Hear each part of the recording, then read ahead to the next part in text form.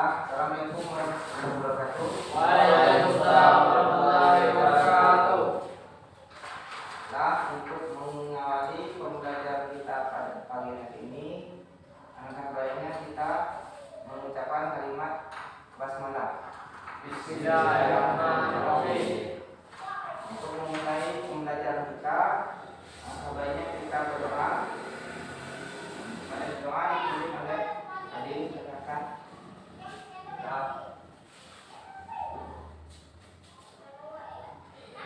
Jadi saya akan mengikuti untuk doa mulai, doa selesai. Ya, terima kasih. Jadi izin doa pada pagi hari ini. Setelah kita melakukan pengabsengan pada pagi hari ini, Kaput, Hadir Pak. Yubi, Hadir Pak. hadir. Hadir. Alhamdulillah semuanya hadir pada kelas 7D ini. Nah, di sini kita akan membahas mengenai dinasti Ayyubiyah. Dinasti yang merupakan dinasti yang dipimpin oleh Salahuddin Ayyubiyah.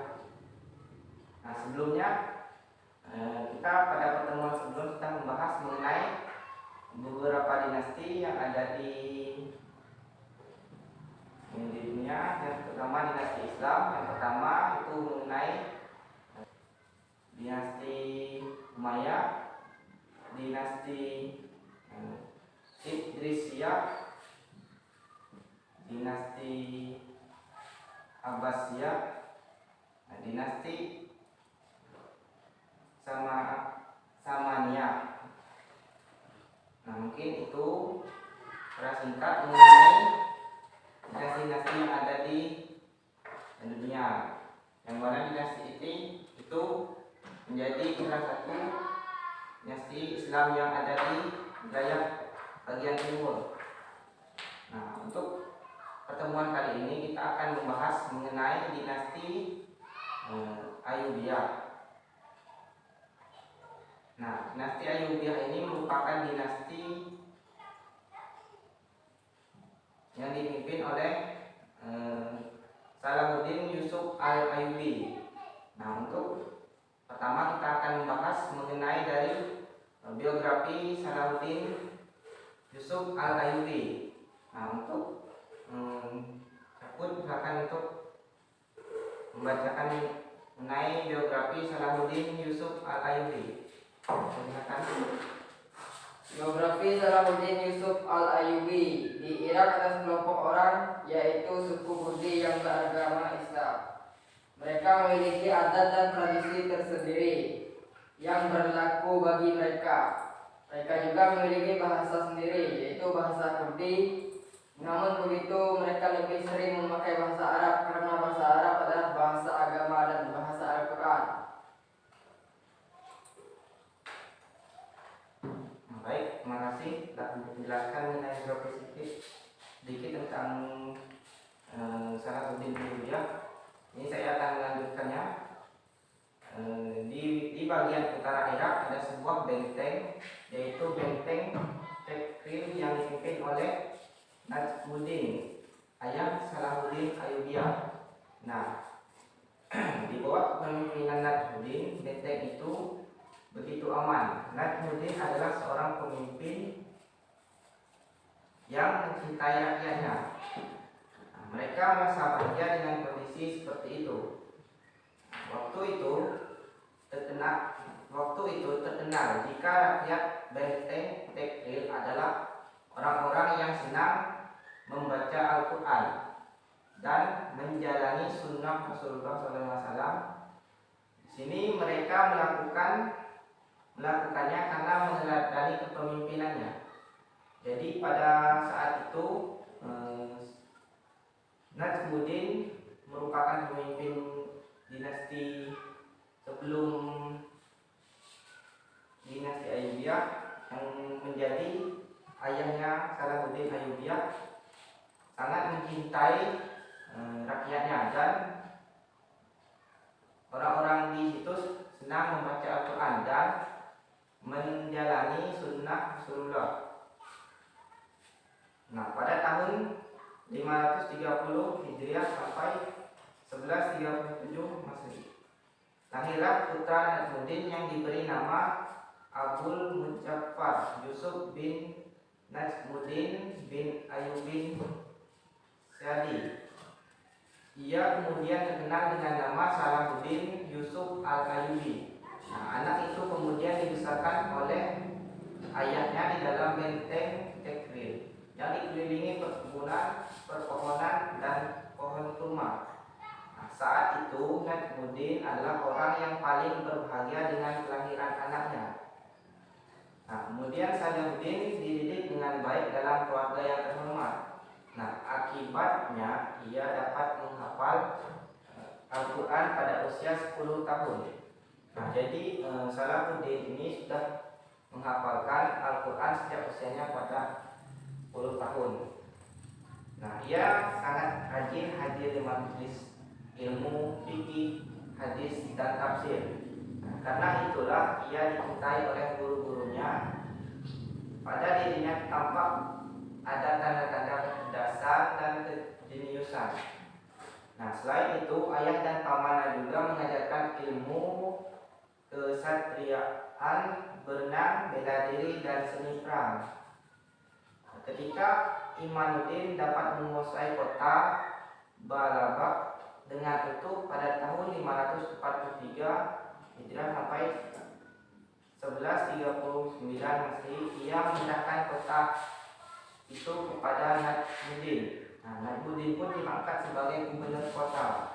Nah, jam itulah Najmuddin dan keluarganya pindah ke kota Balabak. Di sanalah kemudian mereka kembali bersinar. Nah, selanjutnya ketika As-Salahuddin sedang bergerak menghadapi pasukan Eropa yang menyerang negara Islam, ia mengajak keponakannya Salahuddin untuk turut serta bersamanya dan terjun langsung dalam berbagai peperangan. Nah, berbekal pengalaman itu akhirnya As-Duddin mulai memberikan beberapa tugas ketenteraan kepada Salahuddin. Nah, Salahuddin adalah seorang yang cakap dan menjadi pemimpin perang pasukan yang berhasil. Ketika berita itu sampai kepada ayahnya Najmuddin, maka ia pun merasa gembira. Ia menggantungkan harapan-harapan yang besar kepada anaknya Salahuddin. Ia pun selalu berusaha mengajarkan pengalaman-pengalaman perang dan teknik perang kepadanya. Nah, selanjutnya mengenai Salahuddin Yusuf Ayyubi dalam pendirian dinasti Ayyubiyah. Nah, baiklah, di sini siapa yang ingin membacakan mengenai Salahuddin Yusuf Al-Ayyubi dalam pendirian dinasti Ayyubiyah? Akan membaca. Salahuddin Yusuf Al-Ayyubi dalam pendirian dinasti Ayyubiyah. Ketika daulah dunia runtuh dan Khalifah Al-Amin meninggal, diikuti dengan dinaikannya kembali Khalifah daulah Abbasiyah, maka Salahuddin menolak untuk menjadi pemimpin pasukan tentara Islam yang berasal dari daulah Abbasiyah. Karena hal itu, Nuruddin mengkhawatirkan kekuatan Salahuddin di Mesir. Saat itu Nuruddin sudah mengetahui kekuatan pasukan Salahuddin. Hal itu bisa diketahui karena sebelumnya Salahuddin adalah pemimpin pasukan tentara Khalifah Fatimiyah di Mesir. Terjadilah perselisihan antara Nuruddin dan Salahuddin. Sebaliknya, Salahuddin mulai memerintahkan para khatib di mimbar untuk menyebut namanya setelah nama Khalifah Abbasiyah. Saat itu pula Salahuddin mulai menyiapkan kekuatan karena takut mendapat serangan dari Nuruddin yang akan menurunkannya dari kedudukan sebagai Sultan Mesir. Sudah? Ya, Baiklah. Terima kasih telah membacakan mengenai Salahuddin Yusuf Al-Ayyubi dalam pendirian dinasti Ayyubiyah. Nah, ketika pada saat itu Daulah Fatimah runtuh dan Khalifah Al-Ahid meninggal, diikuti dengan kenaikan kembali Khalifah Daulah Abbasiyah. Maka Salahuddin itu menolak untuk menjadi pemimpin. Ia menolak dikarenakan ada selisih paham dengan Naruddin. Salahuddin mulai memerintah para khatib di mimbar untuk menyebut namanya setelah nama Khalifah Abbasiyah. Pada saat itu pula Salahuddin mulai menyiapkan kekuatan karena takut mendapatkan serangan dari Naruddin yang akan menurunkannya dari kedudukan sebagai Sultan Mesir. Selanjutnya di sisi lain Naruddin juga melakukan hal-hal yang sama. Ia mulai mengkhawatirkan perkembangan kekuatan Salahuddin di Mesir. Menghadapi keadaan itu, Salahuddin mengadakan musyawarah yang dihadiri oleh orangnya Najmuddin, keponakan Taqiyuddin, dan beberapa pemuda dari keluarga Ayyubiyah. Mereka saling bermusyawarah tentang apa yang harus mereka perbuat menghadapi perkembangan saat itu. Orang tua Salahuddin yaitu Syekh Najmuddin juga pamannya memberikan saran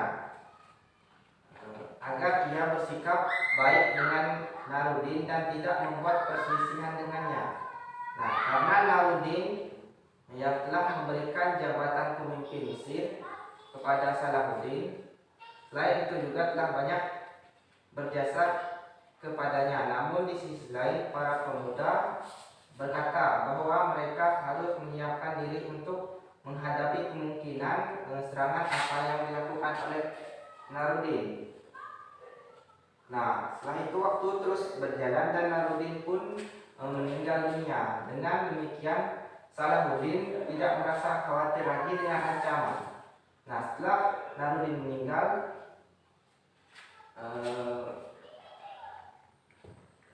rasa kekhawatiran Salahuddin itu mulai merasa berkurang karena saingnya itu berkurang. Namun begitu masih ada lawan-lawan dari Salahuddin. Mereka adalah kekuatan jahat dari kalangan pengikut Nasruddin di Syam. Juga kelompok Syiah di Mesir yang menuntun dikembalikannya ke Kekhalifahan Fatimah. Serta beberapa orang yang sakit hati yang menjalin hubungan dengan pasukan Salib dan bekerja sama dengan untuk melawan Salahuddin. Ini ada orang dari kelompok Syiah di Mesir yang menuntut kembalinya dinasti Khalifah Fatimah. Serta orang-orang itu yang sakit hati menjalani hubungan dengan pasukan Salib dan bekerja sama untuk melawan Salahuddin. Setelah itu mulailah Salahuddin mengungkap sebagai konspirasi yang diciptakan oleh musuhnya. Ia juga memadamkan revolusi yang terjadi di Aswan serta berusaha mengamankan pemerintahan dan negaranya. Selanjutnya ia bergerak bersama pasukan Syam. Ia memadamkan revolusi di sana dan membentuk pasukan yang besar untuk menghadapi serangan dari musuh-musuh.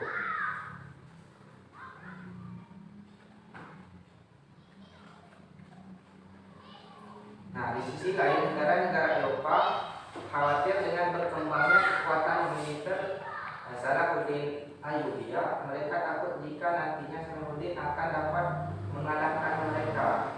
Oleh karena itu, para pemimpin negara Eropa berkumpul dan membicarakan kemudian menyerang kekuasaan Salahuddin di Mesir.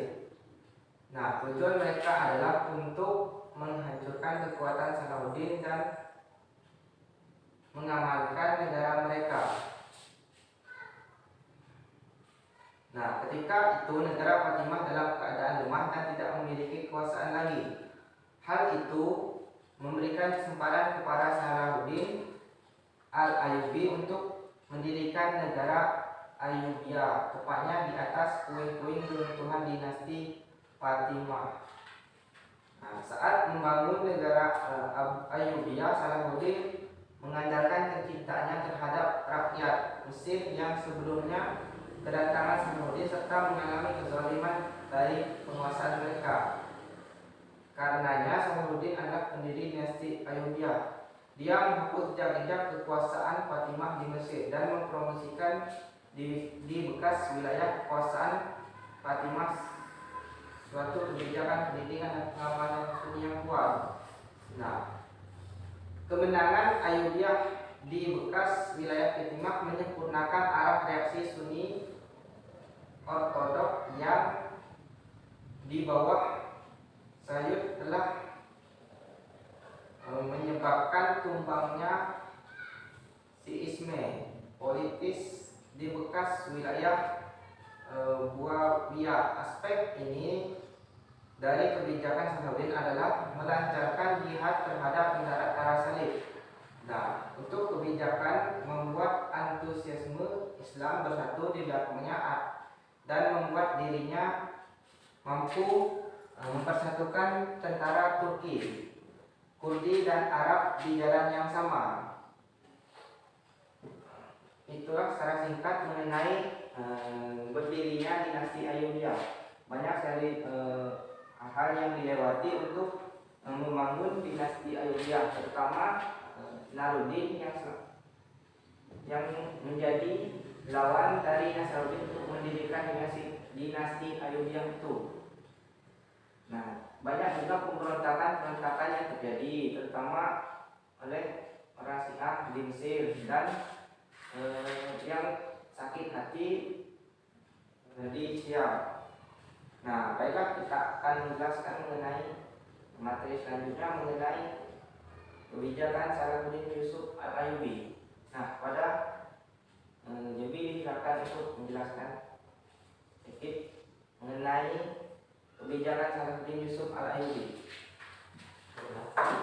Kebijakan Salahuddin Yusuf Al-Ayyubiyah, salah satu usaha yang paling berharga yang dimiliki oleh Salahuddin adalah usahanya dan kemampuannya dalam mempertahankan negara pada saat genting. Meskipun berjalan sangat singkat, yaitu ketika moral politik sangat tidak baik pada saat itu, dia dapat menunjukkan teladan dan yang baik dalam semua perilakunya. Salahuddin dapat membuat benteng-benteng persatuan yang tangguh untuk menghadapi serangan dari berbagai penjuru. Salahuddin melihat dengan jelas bahwasanya kelemahan bangunan politik Islam, kelemahan yang memudahkan negara-negara salib memperluas wilayahnya dan mempertahankan diri adalah akibat dari keruntuhan moral politik Islam. Menurutnya tidak ada satu jalan pun untuk memperbaikinya kecuali menghidupkan kembali esensi politik Islam di bawah naungan sebuah daulah yang bersatu. Bahkan bukan di bawah kepemimpinannya, tetapi di bawah pengawasan Khalifah Bani Abbasiyah. Nah, terima kasih pada Yuri yang telah menjelaskan sedikit mengenai kebijakan Salahuddin Yusuf Al-Ayyubi. Nah, salah satu usaha yang paling berharga yang dimiliki oleh Salahuddin adalah usahanya dan kemampuannya untuk mempertahankan negara pada saat-saat genting. Nah, meskipun berjalan sangat singkat, yaitu ketika moral politik sangat tidak baik, pada saat itu dia dapat menunjukkan keteladanan dan dalam suatu perilakunya. Salahuddin dapat membuat benteng-benteng persatuan yang tangguh untuk menghadapi serangan dari berbagai penjuru.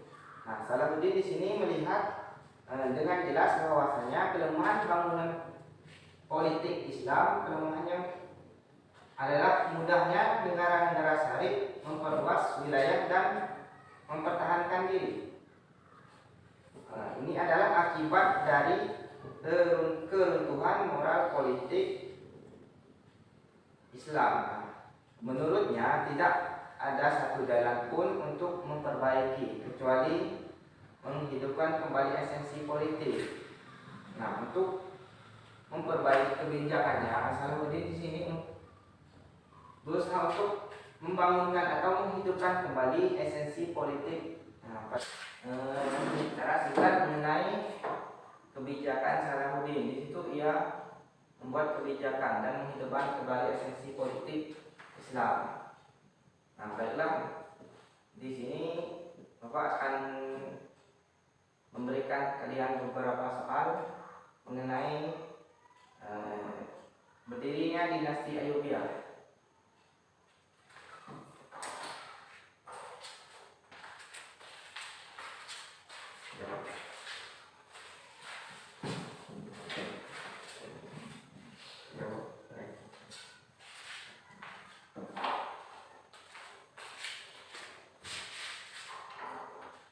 Baiklah, di sini kita akan punya 5 soal, nanti dikerjakan satu soal itu 1 menit.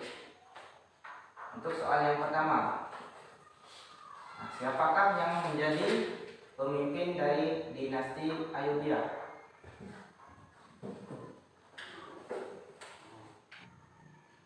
Baiklah, waktunya habis. Nah, jadi untuk soal yang pertama, siapa tadi yang menjadi pemimpin dinasti Ayyubiyah? Silakan yang bisa menjawab. Nah, silakan Jesse. Salahuddin Yusuf Al-Ayyubiyah. Ya, betul. Kedua, siapakah ayah dari Salahuddin Yusuf Al-Ayyubi? Nah, 1 menit dari sekarang untuk waktu mengerjanya. Baik, waktunya sudah habis. Baik, jadi soalan yang kedua, yang bisa menjawab angkat tangan. Nah, siapa yang menjadi ayah dari Salahuddin Al-Ayyubi? Yang bisa menjawab silakan angkat tangan. Ya, Silakan. Abdul Najmuddin Ayyub. Ya, betul. Kan soal yang ketiga, di bawah kepemimpinan Najmuddin, Benteng itu begitu aman. Najmuddin adalah seorang pemimpin yang mencintai rakyatnya. Nah, mereka merasa bahagia dengan posisi seperti itu. Waktu itu terdengar jika rakyat Benteng Tikrit adalah orang yang sedang membaca Al-Quran dan menjalani sunnah Rasulullah Sallallahu Alaihi Wasallam. Ya, betul. Soal yang keempat, siapa yang menjadi musuh Salahuddin Ayyubiyah? Silakan. Nah, untuk soal yang keempat waktunya sudah habis. Nah, siapa tadi yang menjadi musuh dari Salahuddin Al-Ayyubiyah dalam mendirikan dinasti Ayyubiyah? Silakan yang bisa menjawab angkat tangan. Ya, Pak. Nuruddin. Nah, betul. Salahuddin ini merupakan salah satu musuh Yusuf Al-Ayyubiyah dalam mendirikan dinasti Ayyubiyah. Soal yang terakhir, nah, bagaimana Salahuddin Ayyubiyah memperbaiki kebijakan yang ada di pemerintahnya? Nah, soal yang terakhir 1 menit dari sekarang, silakan menjawab. Waktu untuk soal yang terakhir sudah habis. Silakan yang bisa menjawab angkat tangan. Silakan, jadi jawab. Menghidupkan kembali esensi politik Islam di bawah nama sebuah daulah yang bersatu. Nah, betul. Nah, mungkin inilah pertemuan kita pada pagi hari ini mengenai dinasti Ayyubiyah. Di sini apakah kalian sudah paham mengenai dinasti Ayyubiyah? Sudah, Pak. Sudah. Terima kasih. Untuk mengakhiri pembelajaran kita pada pagi hari ini, sebaiknya kita melafazkan kalimat hamdalah. Alhamdulillah.